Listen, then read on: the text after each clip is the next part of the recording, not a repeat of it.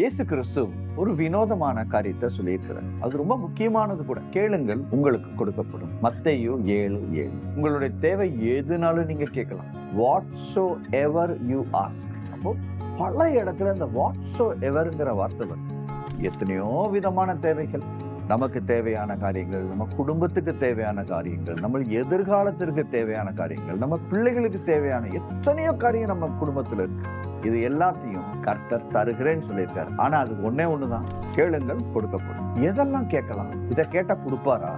எது வரைக்கும் கேட்கலாம்? எவ்வளவு தூரம் போகலாம்? அது ஆக்சுவலா எப்படி எழுதியிருக்குன்னா, கேளுங்கள் கேட்டுக்கொண்டே இருங்கள், பெறுங்கள் பெற்றுக்கொண்டே இருங்கள். அப்ப கர்த்தர் சும்மா கேளுன்னு சொல்லல, கேட்டுக்கிட்டே இருன்னு சொல்றாரு. அதனாலதான் பிரியமானவர்களே, தந்து கொண்டே இருக்கணும் தான் அவருடைய விருப்பம். அதனால நீங்க கேட்டுக்கொண்டே இருக்கணும்னு சொல்றாரு. அதுக்கு அடுத்த வசனத்தை படிச்சு பாத்தீங்கன்னா, ஏனென்றால் கேட்கிற எவனும் பெற்றுக்கொள்ளுகிறான். அதுக்கு அடுத்த வசனம், கேட்கிற எவனுக்கும் கர்த்தர் கொடுக்க வேண்டும். அதனாலதான் நீ கேட்டுக்கிட்டே இரு, நான் கொடுத்துட்டே இருக்கிறேன்னு சொல்றாரு. உங்களில் எந்த மனுஷனாகிலும் தன்னிடத்தில் அப்பத்தை கேட்கிற தன் மகனுக்கு கல்லை கொடுப்பானா? மீனை கேட்டால் அவனுக்கு பாம்பை கொடுப்பானா? உங்களுக்கே நல்ல காரியத்தை கொடுக்கணும் அப்படிங்கிற ஒரு அறிவு இருக்கும்போது, பரலோகத்தில் இருக்கிற பிதாவாகிய எனக்கு எவ்வளவு அதிகமான ஆசையும் அந்த அறிவும் இருக்கும் அப்படின்னு சொல்லி அவரே கேட்கிறாரு பாருங்க. நம்ம இந்த உண்மையை தெரிஞ்சுக்காம இருக்கிறது தான் பிரச்சனை பாருங்க. அதுக்கப்புறம் சொல்றாரு, மனுஷர் உங்களுக்கு எதை செய்யணும்னு நீங்க நினைக்கிறீங்களோ அதை நீங்க அவங்களுக்கு செய்யுங்கன்னு சொல்றாரு.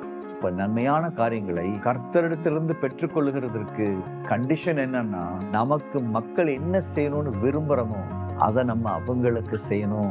அப்ப நீங்க என்ன செய்யுங்க, அந்த பேசிஸ்ல தான் கர்த்தர் நீங்க கேட்கிற காரியத்தை ஃபுல்லா உங்களுக்கு தருகிறேன்னு சொல்ற.